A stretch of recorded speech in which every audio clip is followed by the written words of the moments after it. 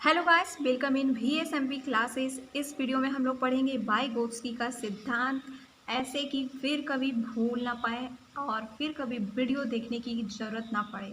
इसके लिए सबसे पहले हम लोग इनका इंट्रोडक्शन करेंगे, वाइगोत्स्की का इंट्रोडक्शन करेंगे। तो सबसे पहले वाइगोत्स्की का पूरा नाम क्या है ये जानिए। तो वाइगोत्स्की का पूरा नाम है लेव या लिव सिमनोविच वाइगोत्स्की। ठीक है, ये थोड़ा आपको ध्यान में रखना है कि लीव सिमनोविच वाइगोत्स्की इनका नाम है। अब इनके नाम से ही इनका जो है जन्म का वर्ष निकलेगा और इनके रहने का स्थान निकलेगा। ठीक है, तो सबसे पहले अब इनके हम लोग रहते कहाँ थे ये जान लेते हैं। तो ये रूस देश के थे। ठीक है, तो रूस देश के थे, तो ये आपको याद कैसे होगा। तो देखिए, लीव मतलब क्या होता है। लीव मतलब होता है छोड़ना। तो कोई भी व्यक्ति अपना घर क्यों छोड़ देता है, क्यों? क्योंकि वो उदास हो जाता है, नाराज़ हो जाता है, घर से परेशान हो जाता है। इसको सिनोनिम में कह सकते हैं कि हम लोग की रूस गया था वो, मतलब कि वो अपसेट हो गया था। ठीक है, तो इस तरह से इनके नाम में ही इनके रहने का स्थान छुपा हुआ है। तो लीव मतलब ये अपसेट हो गए थे, तो रूस के ये रहने वाले हैं। आपको कहीं भी कोई प्रॉब्लम नहीं होगी। और अब मॉस्को विश्वविद्यालय से इन्होंने शिक्षा ग्रहण की है। अब देखिए, जब वो रूस गए, मतलब कि अपसेट नाराज़ हो गए, तो क्या हुआ कि वो इसलिए उन्होंने मास्क चेहरे पे पहन लिया, क्योंकि ताकि उन्हें कोई पहचाने ना। ठीक है, कोई उन्हें पहचाने ना, इसलिए उन्होंने अपने चेहरे पे मास्क पहन लिया। तो इस तरह से आपको मॉस्को विश्वविद्यालय भी कभी भूल नहीं पाएंगे। अब इनके जन्म का वर्ष जाने। तो देखिए, इनके नाम है सिमनोविच, इनका नाम है बीच में। ठीक है, ये बहुत आपने लेव वाइगोत्स्की सुना होगा, पर सिमनोविच वाइगोत्स्की जब आप सर्च करोगे तभी पता चलेगा, ऐसे तो पता नहीं चलने वाला है आपको। तो सिमनोविच एक आपके लिए न्यू डिस्कवर हुआ है, सिमनोविच। अब इनके नाम में देखिए, सिम है ना लिखा हुआ, सबसे पहले सिम है लिखा हुआ। अब आपको पता होगा कि सिम कार्ड जो है, आपको जब तक आपका उम्र 18 नहीं हो जाएगा तब तक आपको सिम कार्ड नहीं दिया जाता है। आपके नाम पर सिम कार्ड नहीं ले सकते हैं आप। तो इसका मतलब है कि 18 सिम कार्ड की न्यूनतम लेने की जो आयु है वो 18 है।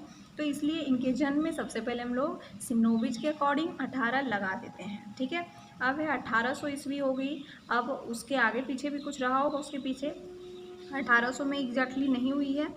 तो अब चलिए आगे बढ़े। सिम का हो गया ख़त्म, अब 9 लिखा हुआ है।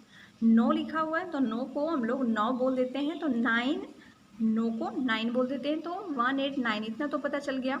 अब यहाँ पे 6 का क्या कॉन्सेप्ट है, तो अब देखिए क्या बचा आपके पास, विच बचा हुआ है। बीच को जब हम लोग तोड़ देते हैं तो क्या बचता है। बीच को तोड़ने के बाद आपके पास एक बचता है छोटी ई। छोटी ई बचती है। इस टाइप से जो मूव किया जाता है आगे वाला। उसके बाद ब बचता है, उसके बाद च बचता है। ठीक है, तो यहाँ से टोटल कितना बचा, 3 आपको वर्ण बचते हैं, कितने, 3। अब 9 में से आपको 3 घटा देना है और आ जाएगा आपको 6। तो इनके जन्म वर्ष इनका एग्जैक्ट क्या हो जाएगा, 1896।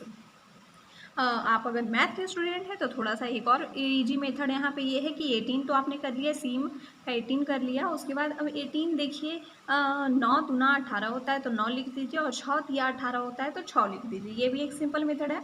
अब इनका जन्म जो है 19 नवंबर 1896 को हुआ, लेकिन आपको ज़्यादा से ज़्यादा क्या पूछेगा, वर्ष पूछता है। तो वर्ष क्या हो गया, 1896। आप चलिए इनकी मृत्यु के ऊपर चलते हैं। तो इनकी मृत्यु जो है 1934 में हुई है। एक चीज़ आपको यहाँ पे कंप्लीट कर दूँ कि ये जो आपको वाइगोत्स्की हैं और जीन पियाजे, दोनों का जन्म एक ही वर्ष हुआ है, लेकिन देश उन दोनों का अलग अलग है, दोनों का देश, लेकिन जन्मे एक ही वर्ष। तो अब इनकी मृत्यु ऑब्वियसली कितने में होगी, तो इनकी मृत्यु हो जाएगी आपको 19 में ही होगी, क्योंकि 4 साल का बच्चा तो कोई सिद्धांत दे नहीं सकता है, और एक 100 कंप्लीट करके तो कोई जी नहीं सकता है। तो इस तरह से इनकी मृत्यु 19 में ही हुई, ये तो डेफिनेटली है। अब इसके बाद का क्या है, 19 कितने में हुई होगी। तो देखिए, इनकी मृत्यु 38 वर्ष में हो गई थी। अब ये 38 वर्ष का जब हम लोग कंक्लूजन निकालते हैं तो 34 आता है। 1934 में इनकी मृत्यु हुई, तो 3 कहाँ से आएगा, तो टोटल शब्द जो है इनके नाम में कितने हैं, लीव सिमनोविच वाइगोत्स्की।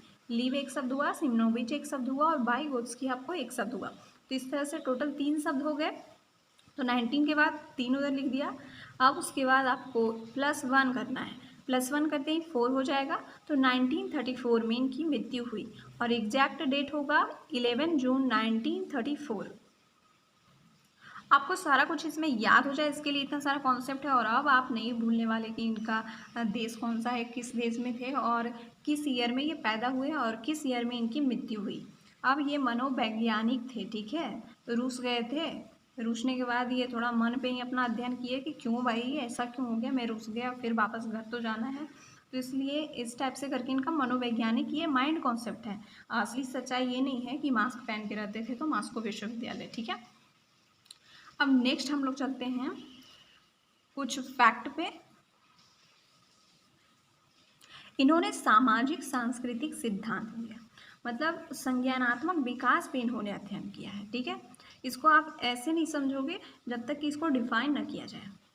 इसके लिए सबसे पहले संज्ञान को समझिए। संज्ञान क्या होता है, तो संज्ञान को ईजिली कह सकते हैं कि एक दिमागी प्रक्रिया है। दिमागी प्रक्रिया क्या है, इसमें आपका सोचना, निर्णय लेना, ध्यान केंद्रित करना, आप किसी समस्या का समाधान कैसे करते हैं, किसी चीज़ को कैसे जानते हैं, समझते हैं, ठीक है, जानकारी को कैसे ग्रहण करते हैं और कैसे प्रकट करते हैं। जैसे कि आपने सुना होगा कि ये डीएम जा रहे हैं यहाँ इस हॉस्पिटल में संज्ञान लेने के लिए। संज्ञान लेने के लिए मतलब जानकारी लेने के लिए, मुआयना करने के लिए कि वहाँ की क्या सिचुएशन है, वहाँ की सिचुएशन को समझने के लिए जाते हैं, भांपने के लिए जाते हैं। इस संज्ञान का विकास देखिए बहुत ज़रूरी है, ठीक है। संज्ञान सभी व्यक्तियों में अलग अलग प्रकार की हो सकती है। जैसे कि देखिए आपने कभी देखा होगा पुअर विलेज टाइप, जब आपने कभी अनुभव किया हो, एक्सपीरियंस किया हो, तो वहाँ के कुछ बच्चों को आप देख लीजिए कि उनसे उनका नाम पूछिए तो नहीं बता पाएंगे। उनके साथ आप थोड़ा कंफर्टेबल होइए तो भी आपको पता चलेगा कि ये थोड़ा ऐसा ही है, मतलब उसका जो माइंड है वो ब्लंट हो जाता है बिल्कुल। उसमें संज्ञान का ये विकास नहीं हो पाता है, इसलिए उसका माइंड क्या होता है, ब्लंट हो जाता है।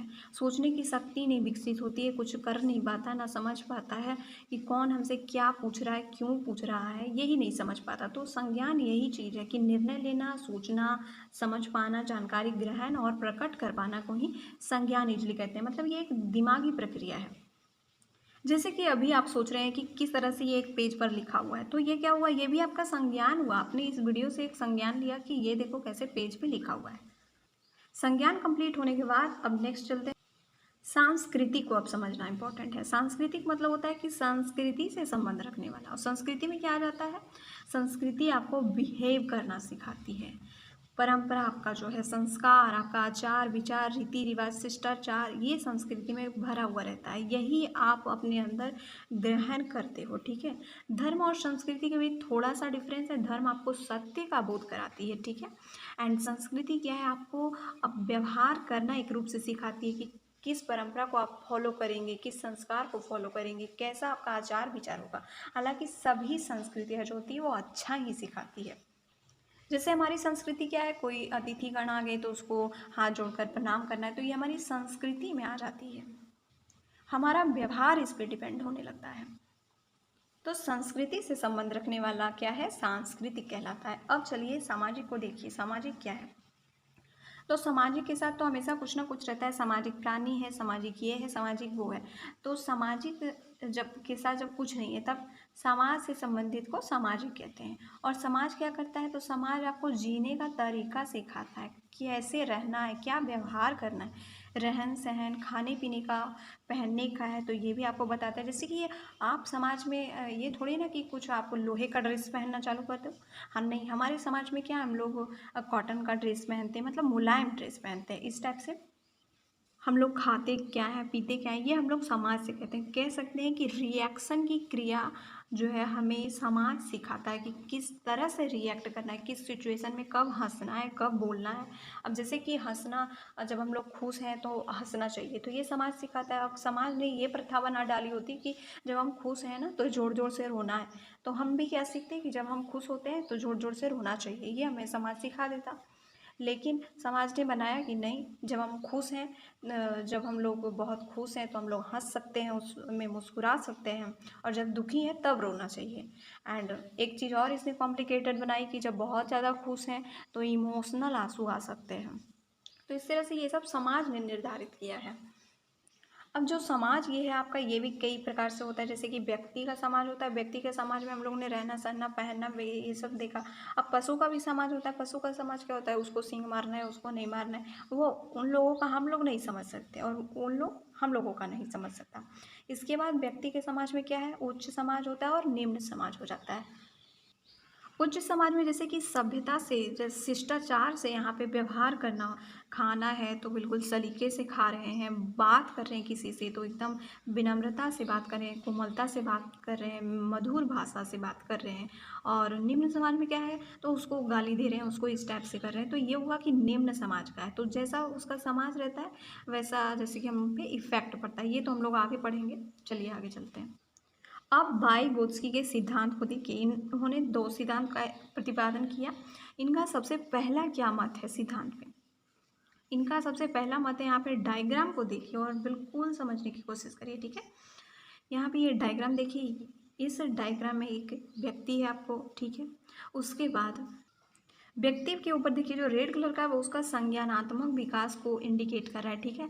तो कहा गया है इनके मत के अनुसार कि व्यक्ति का संज्ञानात्मक विकास जो है, वही संज्ञानात्मक विकास जो आपने पढ़ा कि सोचने समझने निर्णय लेने की शक्ति, ग्रहण करने की शक्ति, जान पाने की शक्ति, ये जो इसकी शक्ति है, इसका विकास डेवलपमेंट जो है वो सामाजिक सांस्कृतिक परिवेश में होता है।